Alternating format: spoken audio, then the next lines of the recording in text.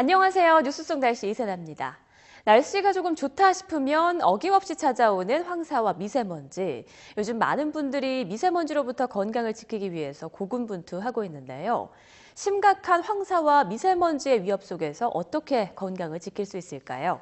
오늘은 한의학 관점에서 미세먼지 속 건강관리 요령을 알아보겠습니다. 갑산한의원 이상곤 원장 전화 연결돼 있습니다. 원장님 안녕하십니까? 네, 안녕하십니까. 이상권입니다. 네, 반갑습니다. 요즘 예, 중국발 스모그에 황사까지 겹치면서 미세먼지 정말 심각한데요. 한의학적 관점으로 봤을 때 독성 먼지가 흡입되면 인체에 어떤 현상이 나타납니까?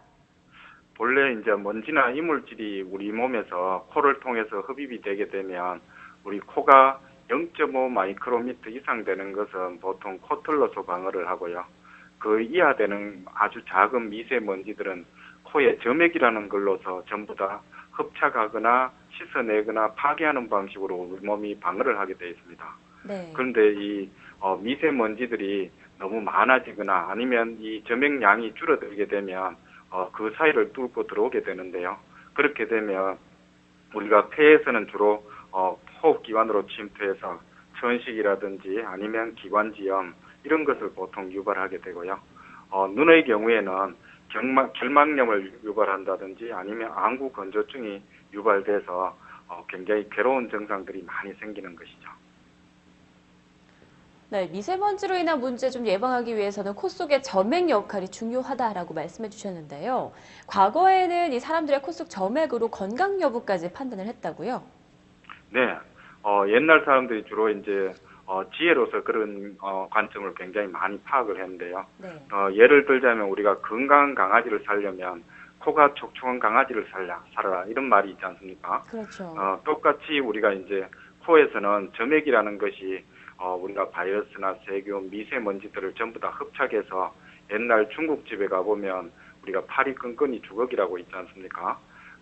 그 이제 끈끈한 이제 점액으로서 파리를 전부 다 흡착하는 방식으로 코에서 바이러스나 세균, 이물질, 먼지, 찌꺼기 이런 것을 전부 다 흡착해서 씻어내리는 방식으로 우리 몸이 방어를 하게 되기 때문에 네. 면역의 최전선에 점액이 있거든요. 네. 그런데 이 점액 자체가 이제 줄어들게 되면 건강하지 못한 것이고 점액이 많아지면 외부의 먼지나 이물질, 꽃가루를 잘 방어를 해서 건강하다는 관점이기 때문에 그래서 옛날 사람들은 좋은 강아지를 살 때는 코가 촉촉한 강아지를 샀고 좋은 송아지를 살 때도 코가 촉촉한 송아지를 샀습니다.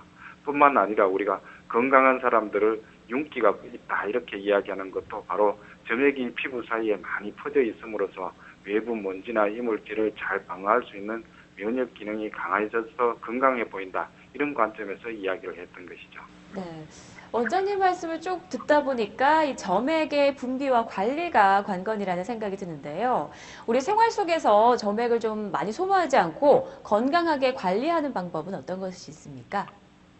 우리가 옛날에는 우리가 초등학교 갈 때는 반드시 이제 명찰에다가 우리가 손수건을 붙이고 다녔지 않습니까? 네. 그렇듯이 그런데 이제 지금은 우리가 브론코가 거의 다 사라지면서 대부분 뭐 맑은 콧물만 흘리는 알레르기 비염이 걸린다든지 이제 재채기 이런 증상만 남았거든요. 그래서 요즘에는 거의 이제 손수건을 거의 볼 수가 없지 않습니까? 네.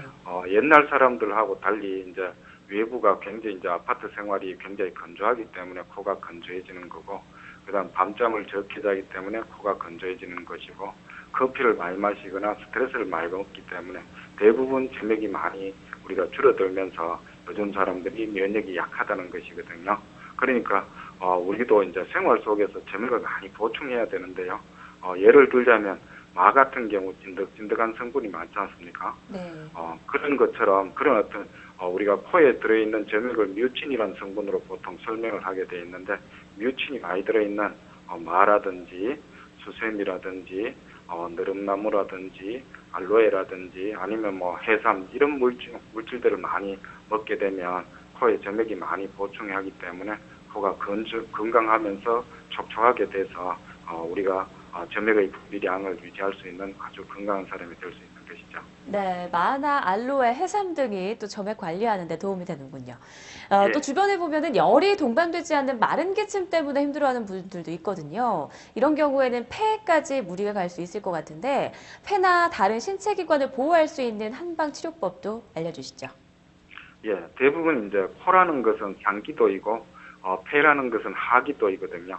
하기도라는 것은 코의 연장선이라는 뜻인데 우리가 코에서는 이제 콧물로 씻어내고 재채기로 밀어내고 가려움증으로 긁어내는 어떤 방출에 의한 방어를 하게 되지만 폐에서는 이제 자기 방어를 위해서 대부분 이제 기도를 좁히거나 이렇게 해서 숨이 가쁘거나 아니면 신경과민이 생기면서 두통이 잘 만들어지는데요. 그럴 때는 대부분 이제 우리가 코를 촉촉하게 하는 물질과 폐를 촉촉하게 하는 물질은 약간 차이가 있다고 보거든요. 네. 예를 들자면 이제 도라지 같은 것이 이제 폐에 굉장히 좋다고 이제 우리 한방에서 나타나 있는데 도라지를 눌려보면 대부분 하얀 유즙이 나오거든요. 그런 이제 유즙 같은 성분들이 폐를 보호하고 그다음에 점액을 많이 만들어주기 때문에 그래서 도라지 같은 경우에는 폐를 촉촉하게 해주고 건강하게 해주고 그다음에 이제 오미자 같은 것들이 폐를 건강하게 해준다고 그렇게 생각이 되는데 오미자라는 것이 5가지 맛이 있다 해서 오미자이지만 이제 그 속에 신맛이 많이 들어있거든요.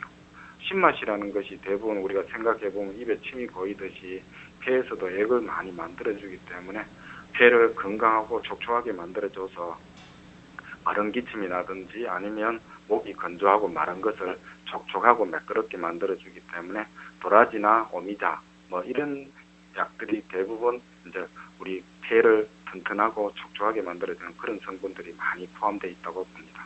네. 또 폐에 좋은 음식으로는 오미자나 그리고 도라지가 있다고 볼 수가 있겠네요. 네, 원장님 네. 오늘 말씀 고맙습니다. 예, 감사합니다. 예. 올 봄에는 중국 북동부 지역의 가뭄과 또 저기압으로 인한 상승 기류 등 복합적인 원인으로 대형 황사가 일어날 가능성이 무척 크다고 합니다. 게다가 중국발 미세먼지는 끊임없이 우리를 괴롭히고 있는데요. 들으신 대로 한의학 관점에서 봤을 때는 미세먼지와 황사는 몸의 진액을 탁하고 또 마르게 하는 해로운 물질입니다. 평소에도 몸의 진액을 마르지 않게 관리하는 것이 중요한데요. 오늘 알려드린 한의학적 대처법으로 미세먼지로 인한 고통 막아보시는 건 어떨까요? 뉴스 속 날씨 오늘 준비한 내용은 여기까지입니다. 시청해주신 여러분 고맙습니다.